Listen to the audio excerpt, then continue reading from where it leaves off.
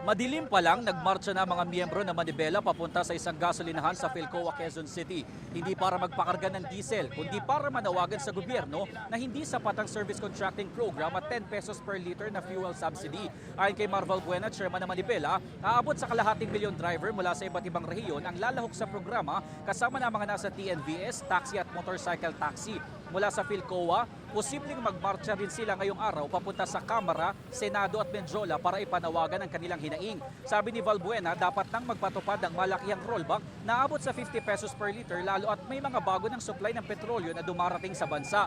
Pampagulo lang din daw ang service contracting program na magsisimula na ngayong araw.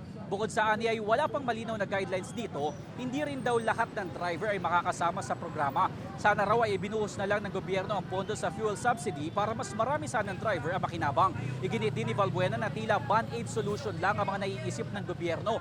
Binigyang din niya na hindi talaga sapat ang kinikita ng mga tsuper dahil sa taas ng presyo ng petrolyo. Idagdag pa rito ang pagtaas ng presyo ng mga pangunahing bilihin na epekto pa rin ang mataas na presyo ng langis. Humingi naman ng paumanhin ang Manibela sa publiko at sinabing para din sa kanila ang laban na to.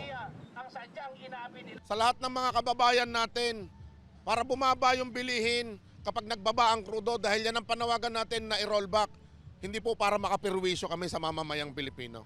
Itong mga oil companies na kung saan 130 billion pesos ang windfall profit na kinita sa loob ng 45 araw at ang gobyerno ay kumita ng 46 billion pesos sa loob ng 45 days para lamang sa VAT at excise tax.